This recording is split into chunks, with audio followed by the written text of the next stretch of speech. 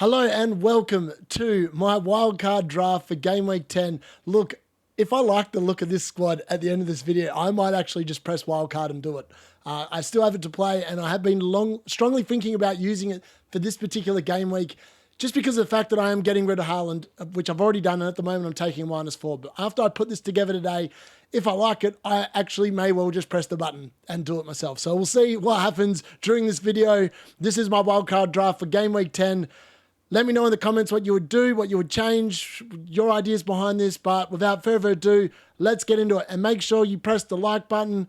And if you haven't already, press the subscribe button as well. So look, Game Week 10, this is my team as it stands. I've already made 2 transfers. I'm taking a -4. So at the moment, what I've done, just for everyone that hasn't watched the previous videos this week, Mo Salah has come back into this team for Smith Rowe, which is debatable in itself, and a very debatable transfer, but I have removed Erling Haaland and in has come Matheus Cunha. Now, I've had a little bit of news from a friend of mine that potentially Cunha was training yesterday, had a little bit of a knock, and sat out the rest of training. However, at the moment he's not flagged and hopefully he's perfectly fine. But that is the little bit of news that I have been given about him, which obviously concerns me because he's already in my team. And he is going to be part of this wildcard draft. So obviously those 2 players have already removed. So just in case everyone's like sitting there, you're thinking I'm full of crap, this was my team from last week, which got me 63 points. Smith Rowe, as you can see, is in the team, and so is Erling Haaland. They're no longer in the team anymore. So back to the transfers, and let's get into it. Now, fixture runs are really important. Now, I don't know what to do with David Raya. Now, part of me thinks that, he's a keep because of Game Week 12,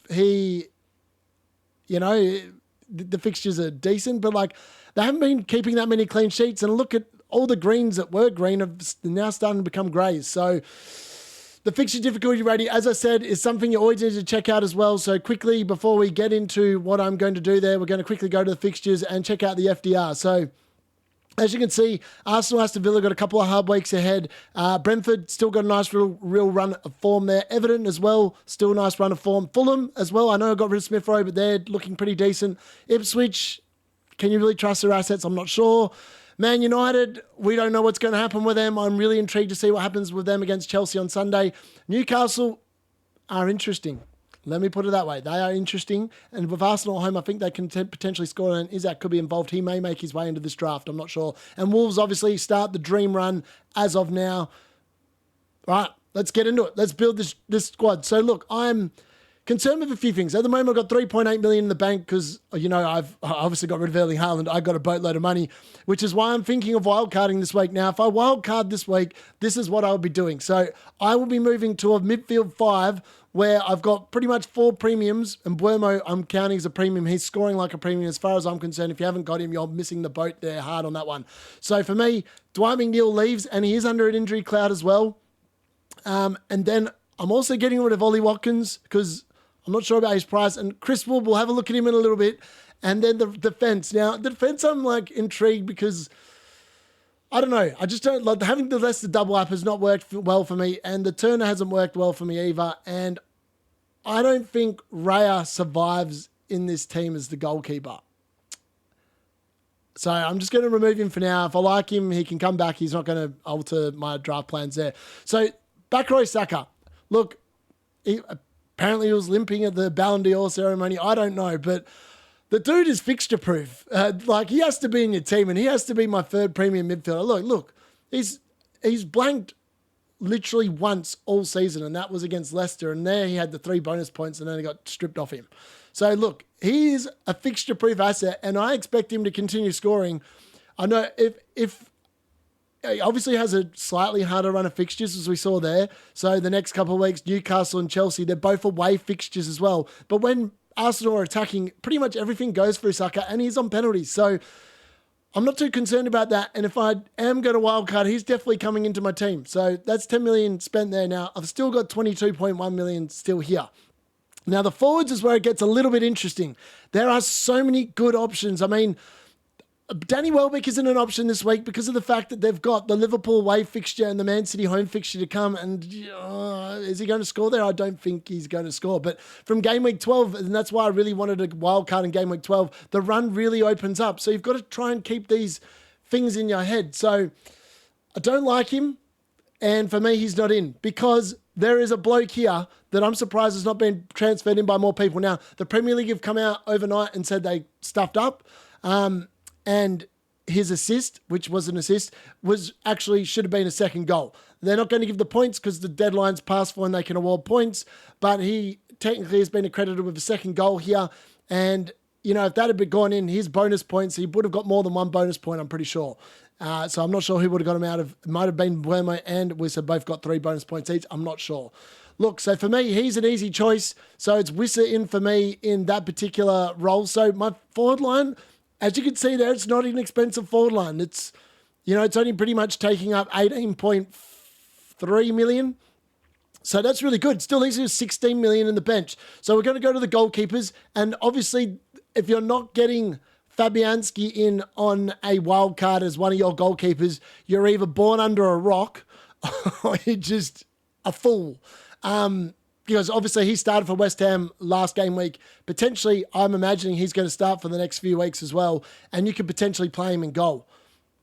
So look, West Ham's run is not the worst, other than obviously the Newcastle and Arsenal games coming up in weeks 12 and 13. But other than that, his run of fixtures is really good. His ownership's going to continue to go up. I'm surprised he hasn't actually risen in price yet, considering he played on the weekend. Now, I do really like Jordan Pickford still. Now, I was tossing up between Jordan Pickford, Raya, and Sells. Obviously, Sells has been really good as well. The only reason why I'm not considering a Nani here is because of the fact that I just want to see how United respond.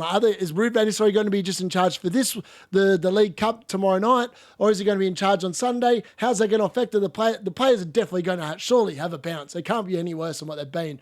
So it's one of them wait and see. So at this moment, he's not in a wildcard draft, and I am going with Jordan Pickford. Now, I said in my differentials video, he's still got a beautiful run of fixtures, and I know that you don't want to really waste money on a goalkeeper trade. And in game week 15, it does concern me that they're 4 weeks after that are Liverpool, Arsenal, Chelsea, and Man City. I mean, he's going to be doing a lot of shot saving, but like the next 5 runs are amazing. So it's hard to like look at that. And I think that potentially you can burn one transfer on a goalkeeper. I've already done it this year with Dean Henderson and swapping him to Raya. And I would have been better off keeping Dean Henderson. Now, just a quick word on Dean Henderson. He's actually not looking too bad. I mean, he's finally kept a second clean sheet. And Crystal Palace's run of fixtures is not the worst. Yeah, I mean, they've got Villa away, but other than that, you know, he could probably keep another clean sheet in there somewhere. The goalkeepers is hard to do, so I can't recommend spending a fortune on, which is why I've gone with Pickford and a 4 million goalkeeper. In reality, I could probably go Henderson, save an extra 0.4 million, and be sweet. So I've got 7.4 in the bank still.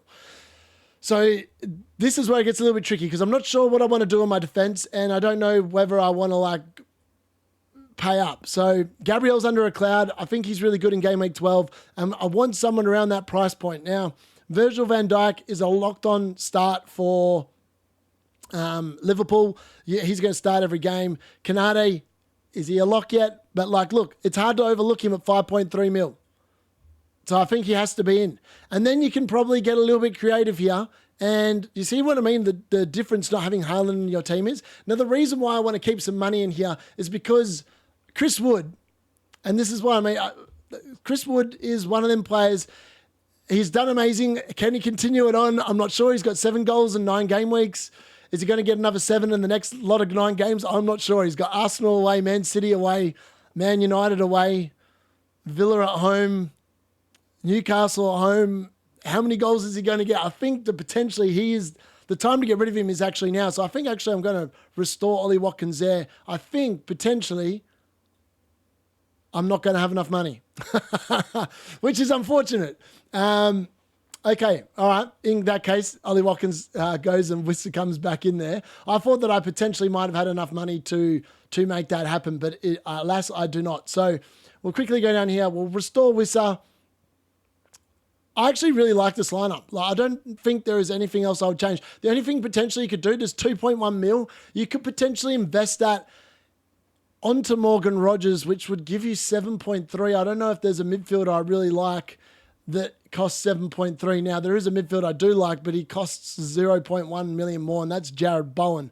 If I could afford to get to him, I think potentially I would. And this is where you sit there and you go, oh, who can I dump off next? So the other, like the defenders is where I'm like looking really, because I don't know if it's worth paying up for the defenders. So maybe Canati goes back out of the team and I get in a Luca Dean from Villa. And that leaves me with 0.5 mil in the bank, which means that I could then upgrade a player. Like I could upgrade a Wissa or a Wood to someone else, potentially. I mean, I do like Jackson as well, and that's why I wanted to keep like some money floating around in the bank. But yeah, so I'm not sure about that. I think I definitely like the look of keeping Morgan Rogers there and keeping that money in the bank. So maybe here you can go back to Canati. I think that's probably what I'd do. I'd leave it like that 2.1 million in the bank. That then allows you to get up when Chris Wood's fixtures go crap, which, let's be honest, they're going to be the next 2 weeks. And my trade-in would be Nicholas Jackson at 7.9.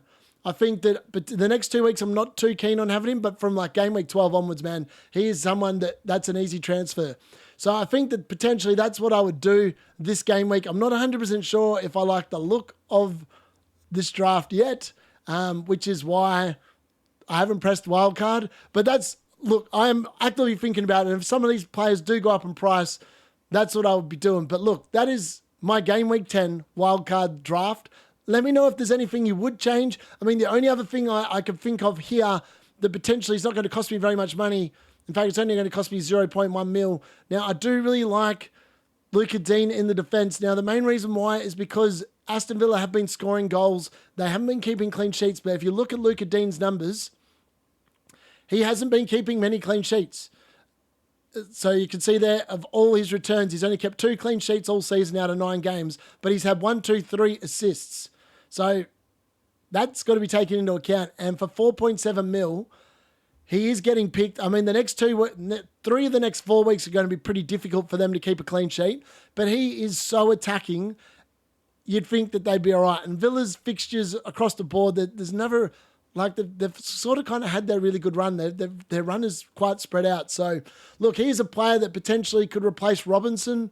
I really like Aït-Nouri. He has to definitely be in your team.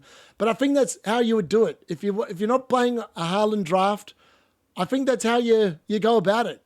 You really load up. Now, if you wanted to get really creative, you could get rid of Trent and bring in Luca Dean, which again might not be the worst move in the world. That then means that you could get rid of Rodgers. And this is crazy. This is what I call like literally skimping out on the defense. 9.6. I don't think there's a forward in there that you actually want. Like really, you'd want a Son, but Son's probably going to drop in price. We don't know if he's going to be fit, so you don't really want to go there. And the only other player that you would think about going is Foden, but I don't rate him at all. I think he's a pep roulette. But if, I've got to find him, if De Bruyne is available, it then allows you to bring him in. I mean, look at that midfield. I've got 0.2 million in the bank there. Obviously, I'm not going to do that because Kevin De Bruyne, we don't know if he's going to play. But if he was ready and he was going to be fit, all of a sudden, I think that would be the play. Particularly from like game week 14 onwards. 14 till 22. Man City players, I think, will be in high vogue again then. Or you could just pay up a little bit more to get a Guardiola in defence. Look, if Kevin De Bruyne was fit, that's what I would be going with. That would be the draft. Unfortunately, he's not fit, so Morgan Rogers would be there, and Trent would obviously be where Dean is. But let me know in the comments what you would do, and make sure you like the video. I'll be back tomorrow answering questions on transfers in, transfers out, and whether they're good moves or not. Make sure you check that out tomorrow. And if you really want, you can check this out in a short video as well. Thanks for watching. That's the D Unit out.